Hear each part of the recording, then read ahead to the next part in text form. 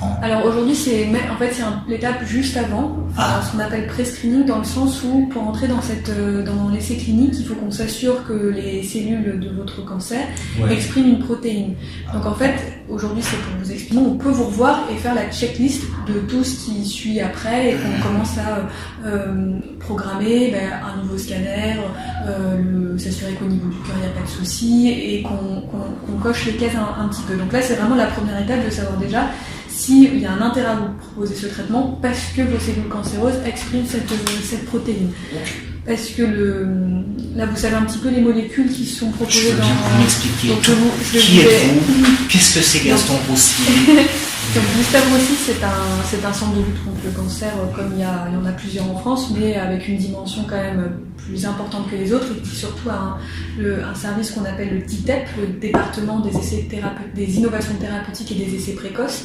Donc tout le développement de ces molécules très précoces, c'est-à-dire les premières administrations à l'homme, avec l'escalade des doses, et la surveillance que c'est bien toléré, et puis dans un deuxième temps que c'est efficace, etc. Donc effectivement, quand on rentre dans un essai clinique, on est surveillé de près, il y a beaucoup de rendez-vous, beaucoup d'examens, mais bon, ça, on vous les expliquera précisément dans un deuxième temps, si on a effectivement les possibilités de vous proposer cet essai.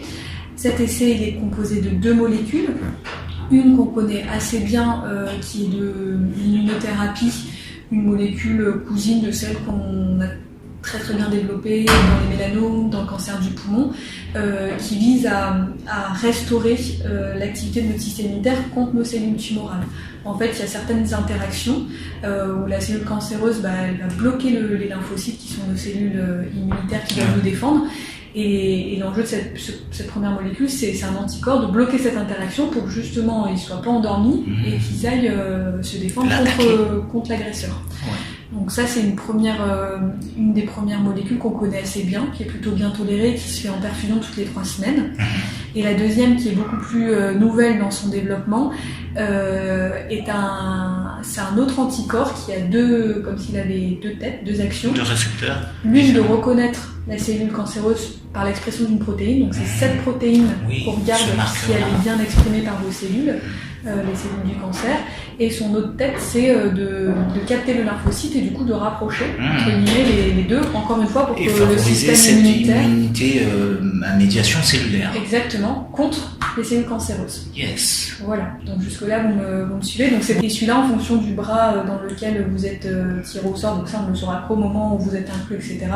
C'est soit toutes les 3 semaines, les deux sont toutes les 3 semaines, soit il y a la forme toutes les semaines pour celui, le double anticorps, et toutes les 3 semaines pour l'autre. Voilà, en gros c'est ça. Donc c'est vraiment une autre activité qui n'a rien à voir avec la chimiothérapie. On ne vise pas la même chose.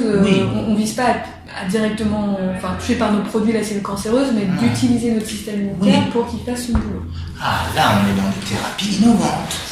L'immunothérapie... C'est ce dont on a parlé avec les internes et les oncologues à Montpellier en disant il existe autre chose que le désherbant, quoi. Voilà. Il existe. Alors la chimiothérapie fait parfois bien son travail, mais effectivement, l'immunothérapie c'est très innovant, c'est très bien développé dans d'autres cancers. Dans le pancréas, c'est un petit peu les débuts. Mais bon, on se dit que voilà, on n'agit pas pareil, donc ça redonne une chance, une possibilité d'avoir une réponse.